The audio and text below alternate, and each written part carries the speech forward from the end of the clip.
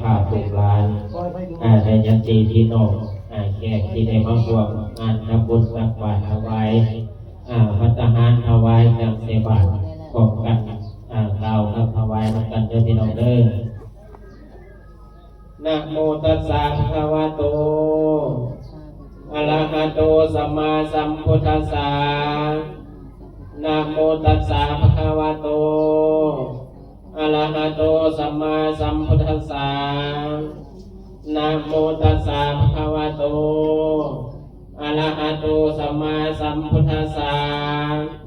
สาธุสุทินังวัตเมธานังทานังเมปาริสุทธังอาสาวะขยาวะหังนิพพานาสังฆตังโหตุทุติยัมปิตาติยัมปิสุทินัง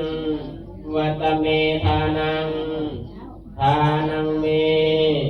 ปาริสุทธังอาสาวะขยาวะหัง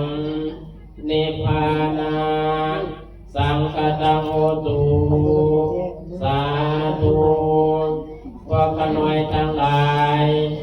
มีความเหลื่อมใสยินดีในทาน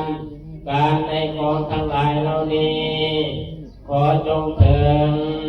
ซึ่งความสิ้นไปแห่งอาสวะของกิเลสเครื่องดองสันดานกล่าวคือพระนิพพานในอนาคตการเบื้องหน้าพ้นเถิดสาธุอิมานิมะยังพันเตบิณฑบาตานิภัตตานิทิพโพสนานิอัฏฐามปฏิฆราจุลานิมัตถุบุพังปาสาทังกัปปาลุขังปัจจยาทานังสัพปริวลังภิกขุสังคัสสาโอโนสยามาสาธุโนพันเตภิกขุสังโฆอิมานิมายังพันเตบิณฑบาตานิภัตตานิทิพโพสนานิอัฏฐามปฏิฆราจุลานิมัตถุบุพังปาสาทังกัปปารุขังปัจจยาทานังสัพปริวลังปาติคันนาตุอัมหากังทีฆาลตังหิตายาสุขายาข้าแต่พระสงฆ์ผู้เจริญพวกกันน้อยทั้งหลายขอน้อมถวายเข้าบิณฑบาตพร้อมด้วยภัตตาหาร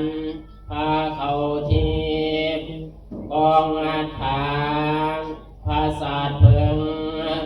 ต้นกระพึกธนวัตรปัจจัยพร้อมด้วยเครื่องบริวารทั้งหลายเหล่านี้ให้แด่พระภิกขุสงฆ์ขอพระภิกขุสงฆ์จงหาบถ้าหาบแล้วความเจริญแก่พวกขน้อยทั้งหลายตลอดกาลนานเถิดอีกประการหนึ่งพวกข้าพเจ้าทั้งหลายที่เป็นเจ้าศรัทธาไม่มีครอบครัวนางมณีวันดวงมาลาพร้อมด้วยลูกหลานและญาติพี่น้องและพร้อมกันตั้งกองอัฐาจำนวน3 กองเฮ็ดต้นกระเพือก11 ต้นและพร้อมด้วยพระเขาทิพย์3 พานพระสัตว์เพิ่ง2 หลังเพื่ออุทิศส่วนกุศลผลบุญเหล่านี้ข ไปหาดวงวิญญาณผู้ที่ล่วงลับไปนั้นเป็นตนว่าของอาถาที่หนึ่งตนกระพึกสองตนพระเขาทิพย์หนึ่งพาภาษาเผิงหนึ่งหลังพร้อมด้วยธนวัตรปัจจัยขออุทิศให้แก่ดวงวิญญาณขอทองจันทร์ดวงมาลาผู้เป็นพรที่ได้ล่วงลับไปแล้วนั้นขอจงมาหับเอาของอาถาที่สองตนทกระพึกสองตน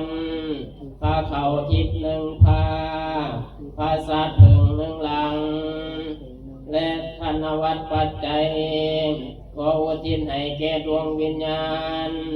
ท้าวอินปันหรือว่าท้าวสารดวงมาลาผู้เป็นผัวที่ได้ล่วงลับไปแล้วนั้นขอจงมาหับเอากองอาถาที่สามตนกระพึกสองตนพาเขาทิพย์หนึ่งพาพร้อมด้วยธนวัตรปัจจัยอุทิศให้แก่ดวงวิญญาณญาติพี่น้องที่ได้ล่วงลับไปแล้วนั้นและขออุทิศให้เจ้าถิ่นเจ้าฐานเจ้าบ้านเจ้าเมืองเมเจ้าธรณีในสถานที่แห่งนี้ได้อุทิศให้เจ้ากรรมนายเวรของผู้ฆ่าทั้งหลายขอจงมาหับเอาและอุทิศให้แก่สรรพสัตว์ทั้งหลายทุกส่วนหนาคอยไปหวดไปถึงแด่กองข้าเถินแด่เจ้าภาพเจ้าศรัทธาตนกระพึกและครอบครัวนางแต่ปฐมวงศ์ได้เหตุตนหนึ่งตนอุทิศให้แก่ดวงวิญญาณดวงสารดวงมาลาขอจงมาหับเอา